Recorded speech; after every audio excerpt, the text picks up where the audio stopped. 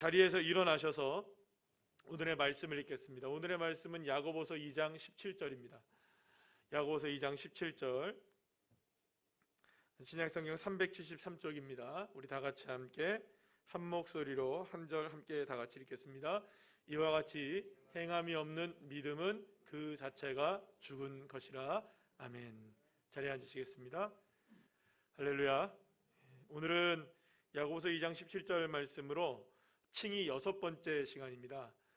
제목을 함께 읽어보겠습니다. 시작.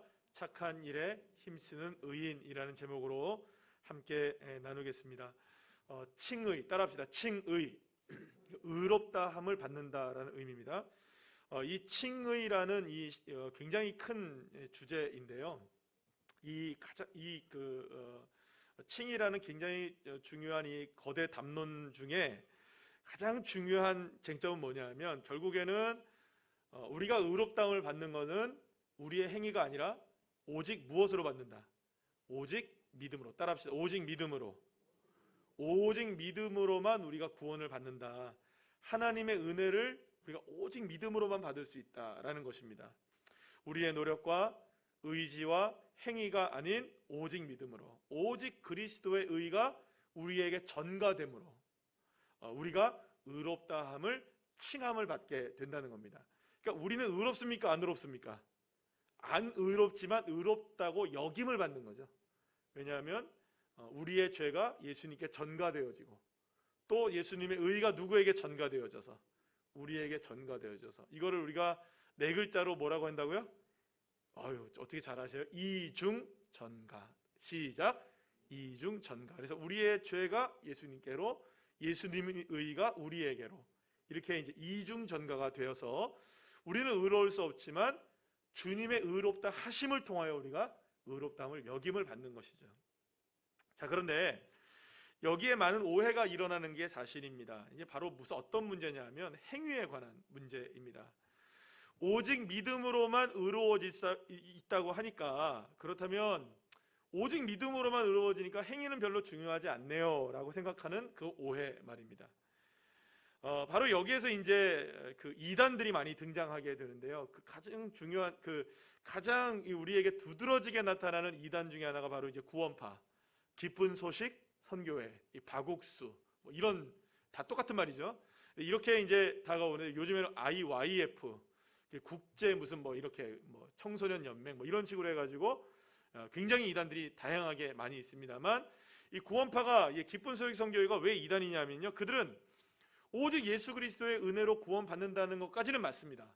그들은 거기까지 얘기해요. 그런데 구원받았기 때문에 더 이상 어떤 행위도 죄일 수 없다라고 얘기를 해버립니다. 그러니까 우리가 행위로 구원받는 게 아니라 믿음으로 구원받는다고 이야기를 하기 때문에, 이 사람들은 믿음으로 구원받았으면 됐지, 우리가 그러면 의인인지 죄인이 아니다 이렇게 선포해버리는 거예요. 더 이상 우리는 뭐가 아니다? 죄인이 아니다. 맞습니까? 틀립니까? 반은 맞고 반은 틀린 겁니다. 우리는 여전히 죄인입니다. 그죠? 근데 왜 우리가 의인이 되죠? 죄인임에도 불구하고 누가? 예수님의 의가 우리에게 전가되어져서 우리가 의롭다 함을 받는 것이지, 우리의 행위 때문에 의로워진 것이 아닌 거죠. 그런데 이 구원파나 이런 기쁜 소식 선교회 같은 경우에는 그 어떤 죄도 이제 어떤 행위도 죄인일 수 없다. 왜냐하면 의인이기 때문에, 모두가 다 의롭게 됐기 때문에 행위 자체도 우리는 의로운 거다 이렇게 얘기를 해요. 그러니까 사실은, 그러니까 이 사람들은요, 자신들은 뭐라고 생각하냐면 구원을 받고 의롭게 되었기 때문에 의로운 자로서 행하는 모든 행동은 의롭다. 그러니까 죄인일 수 없다. 아무렇게나 살아도 죄인이 아닌 거예요. 그러니까 심지어는 이 사람들에 의하면, 심지어는 사람을 죽여도 의인입니다. 이 사람들은 강도짓을 저질러도 의인이에요. 사기를 쳐도 의인이에요. 왜냐하면 구원받은 사람들의 행위니까. 그러니까 이렇게 극단적으로 갈 수 있다는 거예요. 그래서 도덕적인 해이가 자리 잡게 되고 율법적 해이가 자리 잡게 돼요.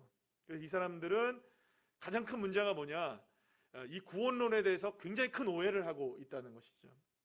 자, 그런데요, 이러한 생각들은 이단만 가지고 있느냐? 결코 그렇지 않다는 거예요. 사실은 기독교인들의 대부분 많은 사람들 중에 이러한 믿음을 강조한 나머지 자기 마음대로 살아가는 것이 실제 삶 속에서 드러나고 있는 것이 현재 상황입니다. 왜냐하면 믿음에 대한 오해 때문에 이런 일이 생기는 거예요. 그러니까 내가 예수를 믿으니까 구원은 받지. 그러니까 내가 이렇게 살다가, 어떤 분은 진짜 실제로 이런 분들이 계세요. 이렇게 살다가 마지막 순간에 주님 용서해 주세요, 한마디 회개만 하면 다 어디로 간다는 겁니까? 천국에 간다, 이렇게 생각하시는 분들이 많아요. 그래서 믿음과 행위와 믿음이 분리되는 것이라고 생각을 한다는 경향들이 많다는 것이죠. 그래서 행함이, 여러분, 그러니까 이 말은 무슨 말이냐면, 의롭게 되는 것이 율법을 행한 덕분은 아니라고 했지, 행함이 없어도 좋다는 말은 아니라는 겁니다. 그런데 사람은 이 말을 오해하는 거예요. 그래서 바로 여기서 이제 문제가 생기는 게 뭐냐면, 우리는 여전히 무엇이 남겨져 있느냐? 따라합시다. 죄성. 우리 인간에게는 여전히 죄성이 남아있다는 걸 간과하는 겁니다. 성경은 여러분 한 번도 행함을 불필요하다고 말한 적이 없습니다. 의롭다함을 얻는데 행함이 불필요한 것뿐이지, 여전히 우리가 성화의 단계를 걷고 믿음으로 사는 것에 있어서는 여전히 무엇이 중요하느냐? 따라합시다. 행함이 중요하다는 거죠. 사실 성경이 가르침이 너무나도 분명한데도 불구하고 사실은 성경을 기록했던 당시의 사람들도 이거를 오해하는 경우들이 많았던 거예요. 믿음을 강조하면 행위가 등한시되어지는 이런 이제 이중적인 모습들이 드러나게 되었던 것입니다. 그래서 물론 이 종교개혁자였던 루터도 이런 부분에서 오해가 있었습니다. 루터는 그래서 이제 결국에는 이런 일들을 깨닫게 되어지게 되죠. 루터는 그의 깨달음과 가르침이 신자들을 통하여서 방종의 삶을 만들게 된다면, 다시 말하면 오직 믿음으로만 구원을 받는다고 하니까 행함에 대해서는 너무 이제 강조를 안 하니까 오히려 이 부분에 있어서 문제가 생길 수 있다는 걸 알았던 거예요. 그래서 로마 카톨릭으로부터 어떤 얘기를 듣느냐? 당신은 율법 폐기론자다, 이런 말까지 이제 듣게 됩니다. 그래서 성경은 이런 염두를 오해를 염두에 두고 이렇게 말씀하죠. 오늘 본문 말씀을 다시 한번 읽어볼까요? 시작. 야고보서 2장 17절입니다. 시작. 이와 같이 행함이 없는 믿음은 그 자체가 어떻게 해요? 죽은 것이라. 여러분, 사람들은 이 구절을요 흔히 어떻게 생각하냐면 믿음으로 의롭게 된다는 말에 대한 대립의 말씀으로 이해하는 경우들이 많아요. 로마서에서는 믿음을 강조하고 야고보서에서는 행함을 강조한다. 그러니까 성경이 서로 모순이다, 이렇게 얘기하는 경향들이 있어요. 근데 그렇지 않아요. 지금 야고보 사도는 참된 믿음에는 반드시 무엇이 따라간다? 행함이 따라간다. 자, 오직 믿음이라는 이 말은 행함이 필요 없다는 말이 아니라는 거예요. 다만 우리가 칭함을 받고 의롭다고 칭함을 받는 데는 뭐가 필요합니까? 오직 믿음만이 필요하지만, 여기에 있어서 우리의 행위는 아무것도 기여를 하지 못하지만, 중요한 것은 오직 믿음으로 구원받은 사람은, 의롭다고 칭함을 받는 사람은 거기에 따른 삶이 사라져야 한다는 것입니다. 그래서 믿음과 행함, 이거는 분리된 것이 아니라는 거예요. 단지 행함은 칭의의 수단이 아니라 칭의의 결과가 되는 겁니다. 따라합시다. 의로움의 결과. 그러니까 의롭게 된 사람의 삶의 결과가 무엇으로 나타나느냐? 행함으로 드러나야 된다는 겁니다. 그러니까 우리가 착한 일을 하는 것은 그것이 구원의 근거가 되기 때문에 우리가 착한 일을 하는 것이 아니라, 우리가 의인이기 때문에 어떤 삶을 살아야 된다는 걸까요? 착한 삶을 살아야 한다는 것이죠. 그러니까 당연하게 구원의 열매로서의 행함이 반드시 필요하다는 거예요. 그래서 믿음에는 반드시 무엇이 수반되느냐? 행함이 수반됩니다. 그럼에도 행함은 여러분 결코 우리의 공로가 될 수는 없습니다. 행함은 믿음의 결과이고 열매이기 때문입니다. 자, 그렇기 때문에 진정으로 믿는 자는 절대로 행함을 무가치하게 여길 수가 없는 겁니다. 오히려 그러니까 믿음으로 사는 사람들에게 있어서 중요한 것은 행함으로 드러나게 되는 것이죠. 왜냐하면 여러분, 참된 믿음은 참된 선행으로 나타나기 때문입니다. 자, 우리의 구원은 오직 믿음으로 말미암아 은혜로 주어지긴 하지만 우리의 신분이 변화되면 삶도 변화되는 겁니다. 그러니까 결국에는 여러분 생각해 보세요. 저와 여러분이 살아갈 때 어떤 신분이 변화됐다 하면 그 신분에 걸맞게 살아갑니까? 이전의 신분으로 살아갑니까? 변화된 삶을 살잖아요. 그러니까 내 삶이 변화됐다면 거기에 따라오는 삶을 살아가는 것은 정말 이치적으로 맞는 일입니다. 그러니까 우리가 신분이 변화됐기 때문에 결국에는 우리의 삶도 거기에 걸맞게 행동도 바뀌어져야 한다는 것입니다. 그래서 사도 바울은 행함이 필요 없는 것이 아니라 오히려 믿음으로 말미암아서 더욱 행하게 된다는 사실을 강조합니다. 그래서 여러분 로마서 3장 31절 말씀 우리 다 같이 한번 읽어볼까요? 시작. 그런즉 우리가 믿음으로 말미암아 율법을 파기하느냐? 그럴 수 없느니라. 도리어 율법을 굳게 세우느니라. 그래서 루터도요 여기에서 동일하게 생각한 부분이 있었어요. 루터는 믿음이 행위를 폐지하는 것이 아니라 오히려 믿음이 선행의 열매를 가져온다. 따라합시다. 믿음이 선한 열매를 가져온다. 이렇게 얘기합니다. 그래서 믿음은 오히려 행위를 강화시키는 것이지 결코 믿음이 행위를 배제시키는 것이 아니라는 거예요. 그래서 여러분 그는 이렇게 말해요. 우리 한번 다 같이 한번 읽어볼까요? 시작. 우리는 믿음이 절대로 그 자체로 혼자 있지 않고 사랑과 같은 다른 많은 은사들을 동반한다는 것을 잘 압니다. 그러니까 믿음은 반드시 무엇을 동반하느냐? 은사를 동반하게 돼요. 가장 중요한 은사는 뭡니까? 사랑의 은사. 그래서 여러분 웨스트민스터 신앙고백 제11장 2절은 이렇게 이야기하는데요. 우리 한번 볼까요? 11장 칭의에 관하여 시작.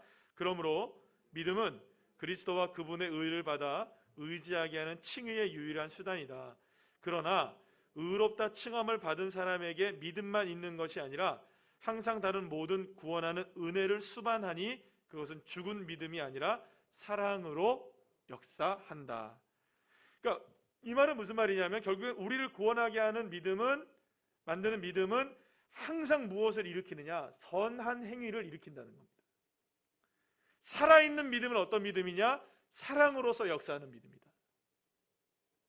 그런 의미에서 믿음에는 반드시 선한 열매가 맺혀지게 되는 거예요. 그렇기 때문에 믿음은 반드시 선행으로 이어지게 되고 의롭게 된 신분의 변화는 거기에 맞게 걸맞는 행동도 요구하게 되는 겁니다. 그러니까 아까 전에 말씀드린 대로 여러분 유치원 다니던 아이가 초등학교 다니면 바뀝니까? 안 바뀝니까? 신분이 바뀌죠? 그러면 유치원에서 하는 행동을 학교에서 하면 될까요? 안 될까요? 안 돼요. 혹은 고등학교 다니는 친구가 이제 대학생이 됐어요. 그러면 고등학교에서 있었던 행위하고 대학교에서 행위하고 같나요? 틀린가요? 틀려요. 삶이 다 바뀌는 거예요. 신분이. 예를 들어서 취업 준비하는 취준생이 정말로 어렵게 취업이 돼서 회사를 다니게 되면 취준생으로 살아야 되나요? 직장인으로 살아야 되나요?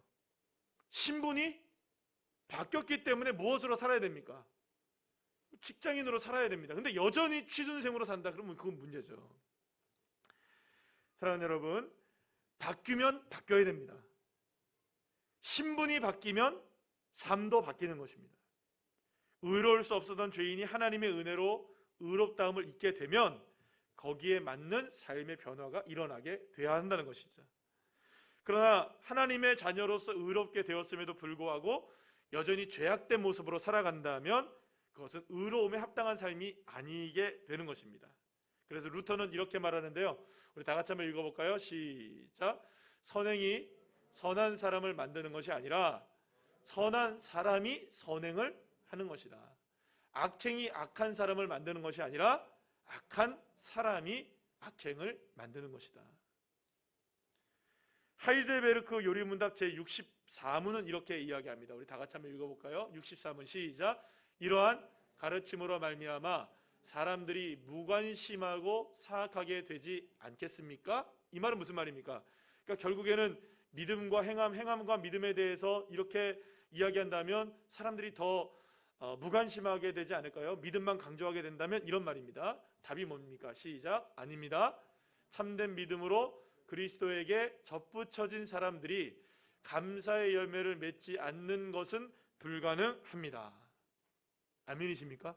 사랑하는 여러분, 그러니까 결국에는 우리가 믿음으로 칭함을, 의롭다함을, 칭함을 받은 사람들은 자연스럽게 무엇이 맺어지느냐? 감사의 열매가 맺어진다는 거예요. 그러니까 이 말은 어떤 의미를 갖고 있냐면요, 이런 거가 있습니다. 우리가 행함으로 의로워지려고 하지 않잖아요. 믿음으로 의로워지는 거잖아요. 그런데 믿음으로 의로워짐을 믿는다면 자연스럽게 무엇이 우리에게 따라오게 된다는 걸까요? 행함을 쫓지 않아도 행함이 자연스럽게 이루어진다는 겁니다. 그래서 우리가 갈라디아서 2장 21절 말씀 우리 다 같이 한번 읽어볼까요? 시작. 내가 하나님의 은혜를 패하지 아니하노니 만일 의롭게 되는 것이 율법으로 말미암으면 그리스도께서 헛되이 죽으셨느니라. 여기서 여러분들 카톨릭의 문제가 여기 있는데요, 그들은 여전히 선행으로 구원을 받는다고 얘기를 해요. 그러나 이것은 순서상의 오류에 대한 문제예요. 만약에 여러분 율법이나 행위를 앞세우면 그것은 그리스도의 죽음을 헛되게 만드는 겁니다.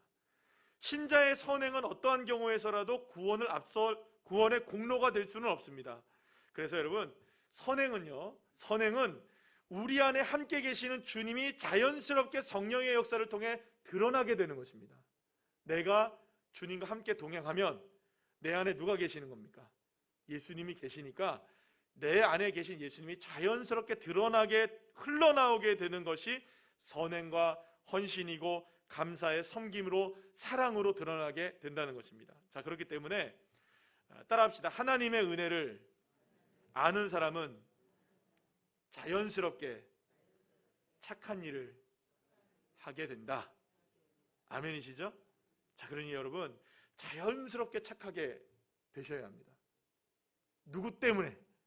예수 때문에. 우리가 착해져서 예수님처럼 되는 게 아닙니다. 우리가 착한 삶을 산다고 예수님처럼 되는 게 아니에요.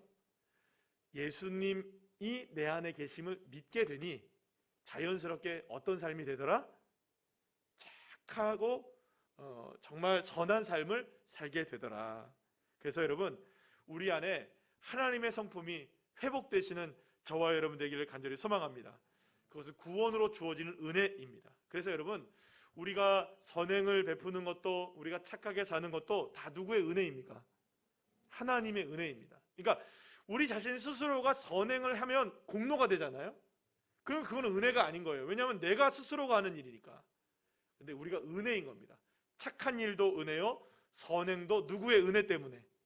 하나님의 은혜 때문에 하는 것입니다. 그래서 여러분 당연하게 하나님께 영광을 돌리겠죠. 내가 이렇게 선행을 베푸는 것도 다 누구의 은혜니까, 하나님의 은혜이니까 영광도 누가 받으십시오? 하나님 받으십시오. 이렇게 되는 것이죠. 마태복음 5장 16절 말씀 우리 다 같이 한번 읽어볼까요? 시작. 이같이 너희 빛이 사람 앞에 비치게 하여 그들로 너희 착한 행실을 보고 하늘에 계신 너희 아버지께 영광을 돌리게 하라. 할렐루야.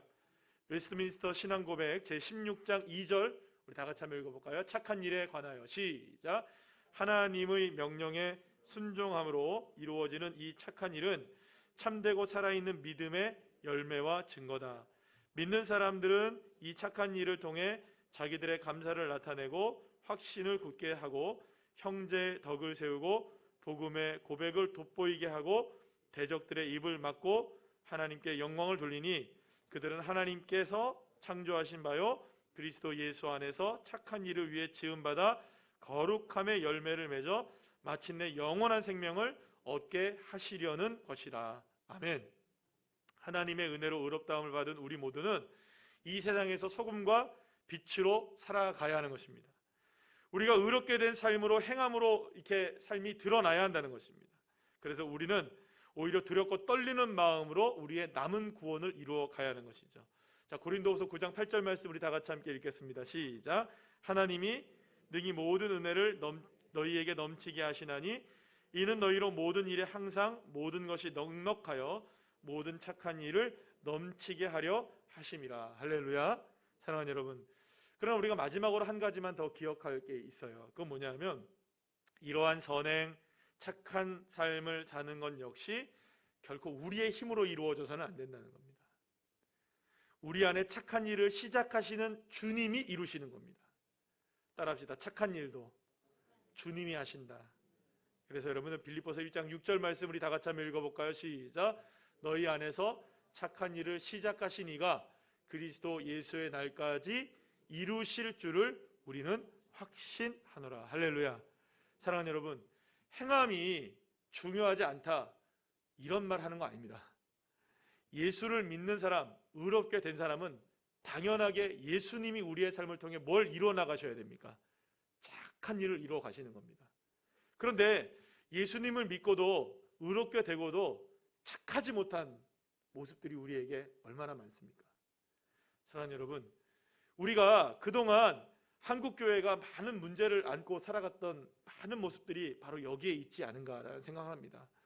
한국교회는 특별히 이 칭의에 관해서 우리가 믿음으로만 의롭게 된다는 걸 너무너무나 강조했어요. 그러니까 믿으면 된다, 믿으면 된다. 그러니까 행위는 별로 강조를 안 했던 것 같아요.